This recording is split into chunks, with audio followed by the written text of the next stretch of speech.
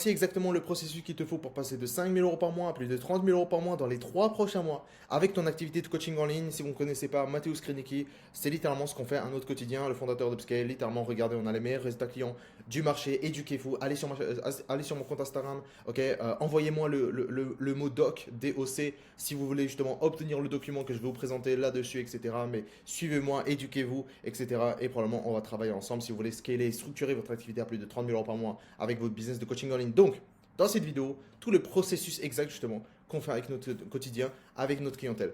Donc, la première chose que je te dirais, ok, à 5 000 € par mois, c'est que probablement tu as potentiellement une légère petite structure qui se commence, ok. Entre 5 et 10 000, c'est les débuts, on va dire, de quelque chose d'intéressant, ok. On a déjà des clients qui sont venus à plus de 12, entre 10 et 15 000 € par mois, etc., de cash collecté avec leur business de coaching en ligne. Et forcément, là, ça devenait de plus en plus intéressant. Donc, c'est plus facile de scaler parce que globalement, on a quelque chose qui marche. On va en faire beaucoup plus de ce qui marche avec une réelle structuration en interne parce que forcément, on veut scaler. Oui, ok, je vais vous expliquer comment scaler, mais surtout comment structurer votre activité parce que personne n'en parle de la structure parce que vous pouvez scaler en un mois, mais finalement, le mois d'après, bah, finalement, tout se casse, tout se brise en fait sur votre activité. Et là, finalement, vous retombez à zéro à nouveau. Donc l'objectif, c'est de stabiliser tout ça. Donc la première chose, ok, c'est le cadre de scaling. Probablement, vous avez quelque chose de plutôt légèrement validé, mais sans plus. Je dirais, du coup, faire more or better new, donc le cadre de scaling, allez sur acquisition.com, allez justement sur ce lien, éduquez-vous sur More Better New, qu'est-ce que c'est exactement. Mais globalement, faites plus de ce qui marche déjà, faire mieux ou faites nouveau du coup. Mais c'est le cadre, c'est l'ordre exact. Et l'humain, il veut toujours faire l'inverse, il veut toujours faire quelque chose de nouveau. Parce que voilà, c'est le shiny object, c'est l'objet brillant, etc. On veut toujours faire quelque chose de nouveau, puis on va faire quelque chose de mieux, et ensuite on va faire quelque chose, le plus. Parce que le plus, faire plus de ce qui marche déjà, c'est ennuyant pour le cerveau humain. Et du coup, tout naturellement, bah, c'est un peu contradictif au niveau du cerveau, mais vous devez comprendre justement si vous voulez rentrer dans la phase du première chose, scale avant la structure. Le scale, bah, dans ce cas-là, vous devez comprendre que c'est l'inverse. Donc ce n'est pas le nouveau au début, ok, parce que c'est ce que l'intéresse l'humain, c'est vraiment ramener quelque chose de nouveau, c'est vraiment sexy, voilà, c'est nouveau, c'est stimulant. Alors que faire plus, c'est la priorité donc pour vous. Donc, première chose que je te dirais aussi, c'est d'enlever plus de choses qu'en rajouter. Ok, surtout lorsque tu as du momentum. Donc à partir de maintenant, si tu génères 5, 7, 8, 10 plus par mois, ok, fais en sorte de retirer plus que tu en rajoutes. Ok, c'est-à-dire, globalement, tu as besoin de simplifier aussi au niveau de tes process en interne. Tu as besoin de simplifier une structure pour permettre justement le scale davantage. D'accord. Donc, surtout, de ne jamais rajouter, surtout lorsque tu as du momentum. Ok.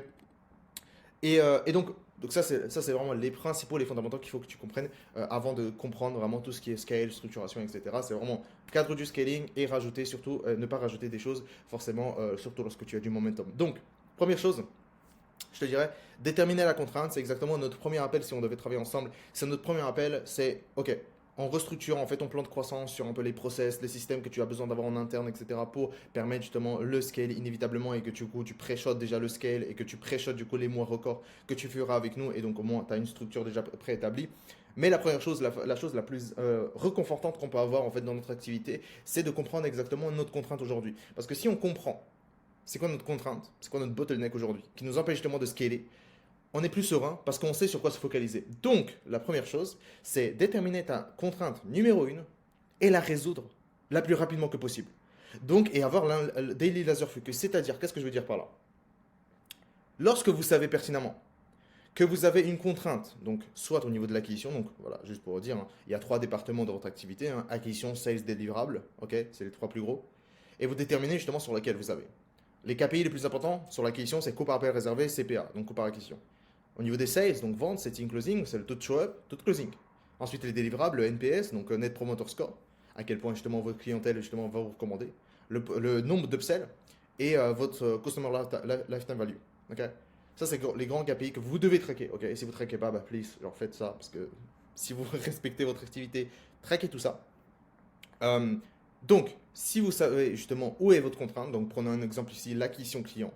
Si vous savez que c'est votre contrainte, chaque jour, vous ne devez même pas parler de sales, vous ne devez même pas parler de délivrable. Chaque jour, c'est juste des questions vis-à-vis de l'acquisition client. Et en fait, en faisant ça, vous vous forcez à traquer de manière plus minutieuse le côté acquisition client. Et n'oubliez pas une chose, tout ce qui est traquable peut être amélioré. Et donc, vu que vous avez une daily focus de manière super tracking, vraiment minutieux, à cette partie-là de manière quotidienne, inévitablement, vous allez scaler. Parce qu'inévitablement, vous allez améliorer. Tout ce qui est traqué est amélioré. Point. D'accord? Donc, et tout naturellement, bah forcément, si vous savez toute cette partie-là, bah c'est beaucoup plus réconfortant parce que lorsque vous vous réveillez, bah il n'y a pas 10 000 choses que vous devez faire. Bah, vous allez juste résoudre la contrainte et ensuite la suivante et ensuite la suivante, etc. dans l'ordre. Euh, Deuxième chose, si vous le scalez, inévitablement, vous devez augmenter les prix. Alors, on a quand même scalé des clients qui vendaient des offres plutôt chères, mais forcément, il y avait cette offre irrésistible d'Alex Hormozy, justement, qui revenait, qui était sympa. Donc, on a scalé quand même des personnes qui avaient même des petites offres de 700 à 800 euros, ok? Mais sur des offres à 2 mois, etc., bah, on a scalé genre plus de 25 000 plus cash collecté par mois pour du coaching en ligne avec cette offre-là. Mais, mais voilà, le mieux, cela reste toujours d'augmenter ses prix continuellement parce qu'on a augmenté continuellement, graduellement les prix, etc. Mais ça matchait justement avec le nombre de mois d'accompagnement, etc. Donc ça restait du high ticket pour le nombre de mois qui a été proposé finalement.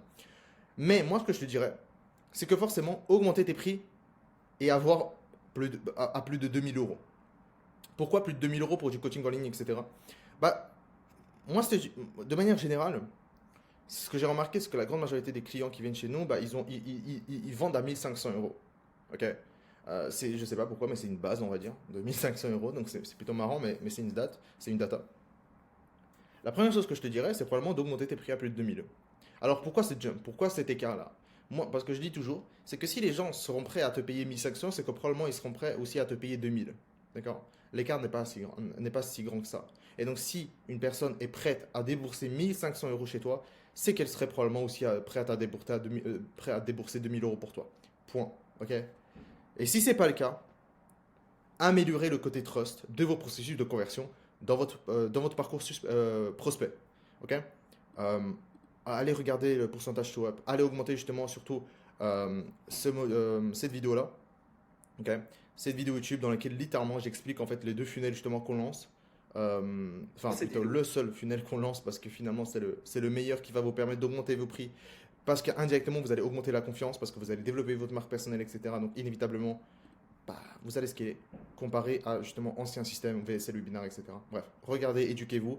Et donc voilà, si vous ne pouvez pas vraiment faire cette augmentation de prix et que ça ne passe pas, améliorez votre processus de trust. C'est-à-dire littéralement lorsque la personne elle arrive en tant qu'appel réservé ou même avant, bien sûr, parce que forcément le côté trust se ramène avant l'appel réservé, etc. Quels sont les processus que vous pouvez mettre en place dès aujourd'hui pour améliorer le côté trust? Ok, Know Like Trust, ok, c'est la base de marketing à travers tous les départements, enfin tous les business de toutes les verticales. Voilà, c'est quoi le Know Like Trust? Se faire connaître, se faire aimer et du coup gagner la confiance de la personne. Voilà. Si tu ne peux pas augmenter, ok, dans ce cas-là, augmente le côté trust. Ok. Essaye ça pour des prochains calls en ayant ce principe en tête, etc. Et globalement, tu vas closer 2 prochains clients grâce à ça. Et donc récupérer plus de cash et donc inévitablement avoir des meilleurs clients de meilleure qualité. Donc forcément, tu vas pouvoir trier plus et donc forcément, tu auras des meilleurs résultats clients parce que forcément, ils investissent plus. Et donc inévitablement, tu auras cette flywheel de recommandations clients, tu auras cette flywheel de résultats clients, tu auras cette flywheel vraiment que tu peux remettre au top of funnel, etc. Bref, c'est que bénéfique justement à vendre plus, etc. Mais bon, tout démarre justement également de ta confiance parce que tu peux apporter la confiance aux autres, mais forcément, si tu pitches tes prix, mais que tu n'es pas confiant de toi, c'est une autre histoire qu'on doit travailler. Ok. Bon, soit. Top 3 priorités justement à ce stade-là au niveau du scale. Ok, c'est plutôt simple. Réserver encore plus d'appels, déléguer, automatiser et structurer. C'est littéralement les 3 choses que vous avez besoin justement pour passer de 5 à 30 000 euros par mois en profit, ok, avec votre activité. Donc, réserver encore plus d'appels, c'est-à-dire dépenser plus d'ad spend, ok, inévitablement. Et si vous ne faites pas des ads, vous devez lancer des ads, ok, lancer des ads. On a, voilà, pour scaler à 30 000, vous avez besoin des ads. Ça dépend de quelle structure, parce qu'on a déjà scalé un client. On a ramené, j'avais fait une vidéo, enfin dans une des vidéos justement, je disais qu'on a scalé.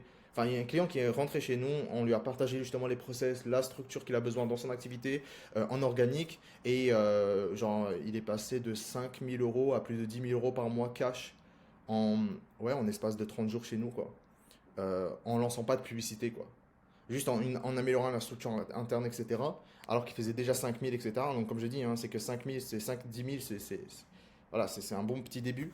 Mais il y a énormément de manque dans des process, il y a énormément de vraiment avoir une vue externe alors que la personne disait non mais j'ai pas besoin de structure.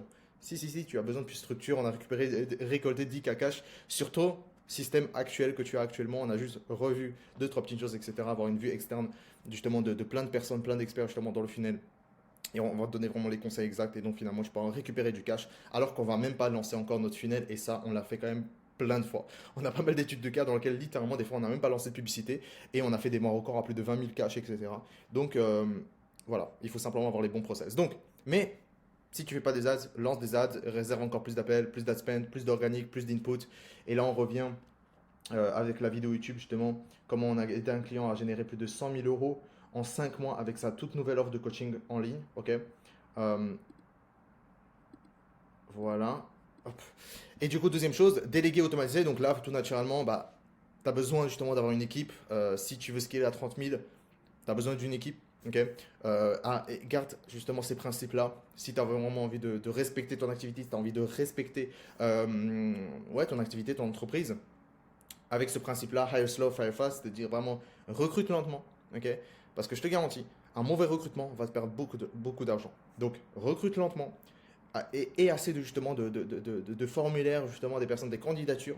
Ok, recrute lentement. Et s'il y a quelque chose qui va mal, ok, vire-la rapidement. Parce que forcément, plus elle reste, cette personne, dans ton entreprise, plus elle te fait perdre du cash. Et donc à ce niveau-là, si on veut générer justement plus de 30 000, l'objectif c'est de se retirer dans l'opérationnel. D'accord. Et donc c'est pourquoi justement, avec notre clientèle, la manière dont on bosse, c'est-à-dire le premier call 1 à 1 qu'on aura, etc. Parce que c'est du 1 à 1 pendant 6 mois. Le premier 1 à 1, c'est vraiment en fait, c'est la création en fait, d'un plan de croissance. C'est-à-dire, tout le monde va essayer de te dire, ok, viens, on implémente le funnel que je te vends, etc. Non, non, non, chez nous, c'est un peu différent parce que l'objectif qu'on a, c'est au lieu de simplement parler de l'aspect, l'objectif financier final qu'on aura ensemble, mais c'est aussi quelle structure, en fait, à quel point de degré, à combien de marge, avec quelle équipe spécifiquement, et voir, en fait, quelles sont les choses qu'on aura besoin de mettre en place en termes de processus interne dès à présent, pour que dès lors tu arriveras justement à ces chiffres-là, qu'en fait, littéralement, on a tout pré-shot, on a déjà toute la structure, en fait, qu'on a construit tout le long, et inévitablement, tu vas faire que des morts records parce que inévitablement, tu as la structure pour, qu'on a développé tout le long ensemble. Donc, et donc l'objectif à la fin, c'est que tu te retires inévitablement de l'opérationnel petit à petit. Et c'est comme ça justement que tu pourras vraiment scaler et structurer, vraiment avec une structure vraiment bien cohérente à toi, durable aussi dans le temps, parce que c'est ça qu'on veut, parce que l'objectif c'est pas faire un seul mois 30 000, mais faire ça tous les mois. Ok. Donc dernière chose, donc structurer, c'est vraiment, donc comme j'ai dit, hein, juste pour résumer, avoir un business solide et stable, en améliorant également la customer lifetime value. Et donc voilà, juste pour dire, hein, donc la priorité, les trois, plus d'appels, plus d'équipes, plus de systèmes internes. Voilà, c'est le trio. Et c'est littéralement, c'est ce qu'on aide avec nos clients globalement à le faire. Donc, si on parlait justement en dehors de la question client, on parlait de toi aujourd'hui, ok? Parce que si on parle de structuration et de délégation à ce niveau-là, donc de passage de 5, 10 à 30 000 euros par mois, etc., tu as besoin de devenir un leader. Pourquoi? Parce que forcément, le scaling ne vient pas de toi, mais vient de ton équipe. Et donc forcément, avoir justement dans ce cas-là une bonne équipe, bah, il faut être un bon leader. Donc, forcément, tout va partir de toi. Et c'est pour ça que je te redis, c'est-à-dire si tu te respectes, si tu respectes ton entreprise, etc., je le dis parce que vas guider justement l'entreprise. C'est toi-même, enfin, globalement, si ces personnes-là dans ton équipe se permettent des choses, mais parce que tu leur autorises en fait à le faire, ce type de choses.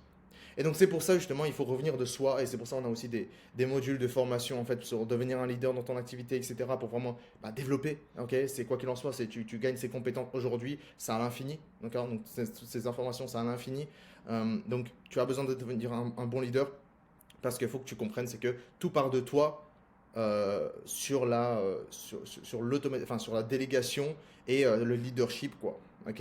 C'est-à-dire le scaling vient de ton équipe, mais forcément ton équipe vient de toi et de ton leadership sur qu'est-ce que toi tu autorises justement pour ton entreprise aussi. Ok. Qu'est-ce que tu tolères plutôt, c'est ça le mot que je voulais utiliser. Qu'est-ce que tu tolères aujourd'hui?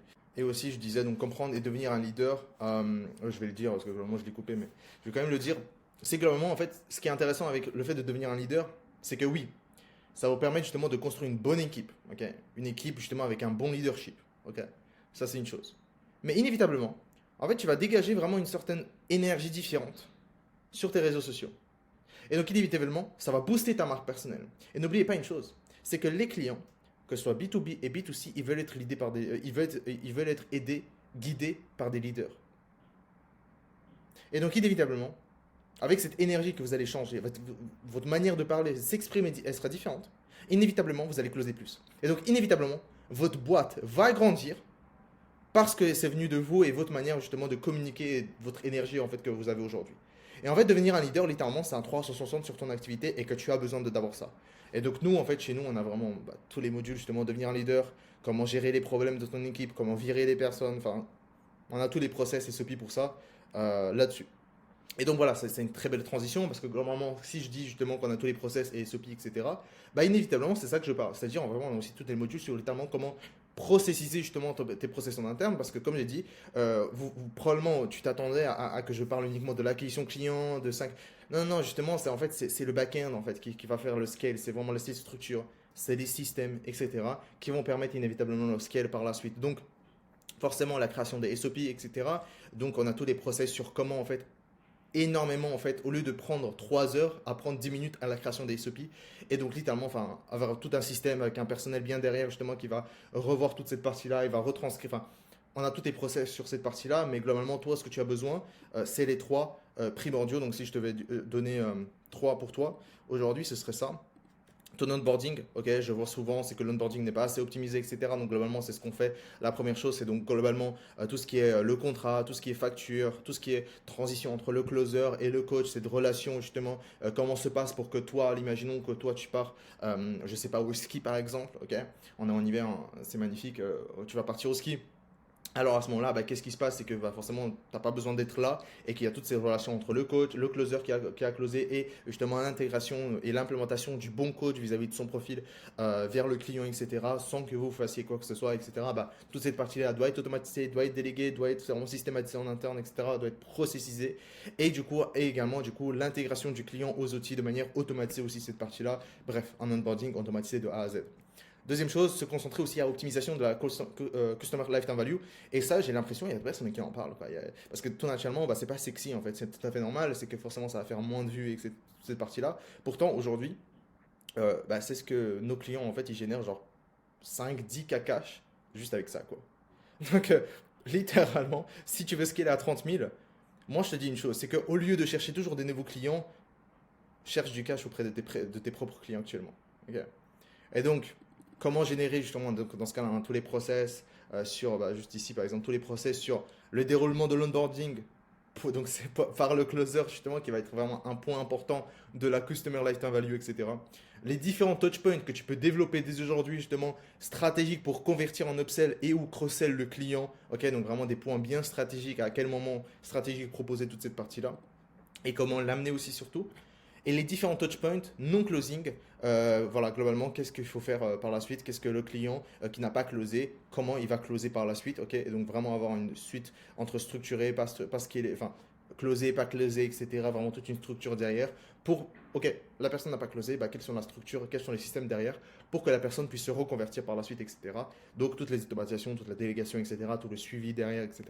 Donc tout un écosystème globalement à ce niveau-là. Et troisième chose, l'équipe et player. Donc, ok, on parle de ça. Hein. Équipe, structure de paiement améliorée. Globalement, moi, ce que je te propose, c'est que globalement, pour, tes, pour ton équipe, si tu peux, ok, et ça, je conseille, qui a été gros game changer aussi, euh, dans notre activité, c'est d'avoir justement 70% base et 30% to the moon. Ce que je veux dire par là, c'est d'avoir en fait une structure de 70% vraiment avoir un fixe, ok? Mais ça dépend des rôles, ok? Ça dépend des postes, etc. C'est ce qu'on conseille à certains clients dans des situations bien spécifiques, etc. Et forcément, bah, leur chiffre d'affaires fait en x2 parce que forcément, l'équipe, elle est vraiment incentivée, c'est-à-dire vraiment, il y a une incitation vraiment à vouloir performer, etc. Parce qu'il y a une récompense supérieure derrière.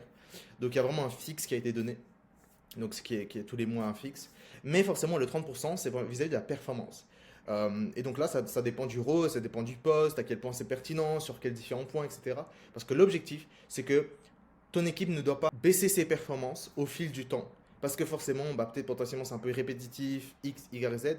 Et donc ton rôle, c'est justement rendre en sorte d'avoir en fait une certaine incitation à la performance pour que cette personne-là puisse littéralement générer les revenus que lui, il veut. Ok. Et donc donnez-lui cette opportunité de croissance individuelle qui lui permettra justement de scaler davantage. Parce que si il est content justement du fixe, bah c'est dommage quoi. Ok. Parce il dirige combien il peut générer finalement. Et ça, c'est la meilleure structure que vous pouvez avoir dans votre équipe, qui va être la plus performante et la plus impressionnante aussi. Ok. Donc, ça dépend du poste, mais si vous avez l'opportunité, vraiment améliorer votre structure actuelle de votre équipe. Et aussi, deuxième chose, rendre l'équipe responsable des KPI, mais de manière sérieuse. Ok. Donc, lorsque, par exemple, prenez un exemple super classique, vous avez probablement un setter à ce niveau-là. Bah, au lieu de, ou même un content manager, si vous n'avez pas, vous devez avoir. Mais globalement, vous avez un setter et, euh, et vous lui dites justement un certain nombre de rendez-vous qui doit être booké, par exemple, cette semaine. Les points hebdo que vous faites, la première, vous avez juste besoin de dire une phrase. C'est quoi le nombre de rendez-vous qui a été généré aujourd'hui? Et c'est lui qui doit faire littéralement un pitch de autant. Est-ce qu'on est dans le rouge, vert, jaune? Si on est dans le rouge, ok, bah qu'est-ce qui s'est passé dans ce cas-là? Si dans le jaune, ok, bah du coup, quelle est la solution que tu vas m'apporter? Si c'est dans le vert, bah magnifique, on passe au KPI suivant, quoi. Ce que je veux dire par là, c'est que ce n'est pas toi qui dois dire justement le nombre de rendez-vous qui a été réservé. Parce que dès lors que tu prends la parole sur le combien de rendez-vous a été réservé, ce KPI n'appartient plus à lui, mais à toi. Et donc forcément, vu que l'équipe justement elle va être entre 3 et 5, une lean team globalement, ok, tout le monde va se focaliser sur lui et tout le monde va dire que c'est vert. Ok, et lui, vu qu'il dira que soit c'est rose, soit c'est jaune, et vu que c'est lui qui dit à chaque fois j'ai autant, on a fait autant, etc. Et c'est pas vous, vous simplement dites bah, c'est quoi les KPI les gars. Ok. Et lui, il dit justement, typiquement, cette personne-là, au niveau du secteur, il dit, bah ouais, c'est rouge, on a fait autant. Ok. La semaine d'après, il y a une certaine responsabilisation qui va se prendre dans le côté où, merde, il y a tout le monde qui performe et pas moi. Et si c'est un A-player, il va redoubler, tripler, justement, les actions qu'il va prendre, etc. Et donc, finalement, ne pas arriver la semaine d'après avec de nouveau un rouge, parce que malheureusement, plus c'est rouge, plus il risque d'être viré, parce qu'on revient sur recruter lentement et virer rapidement.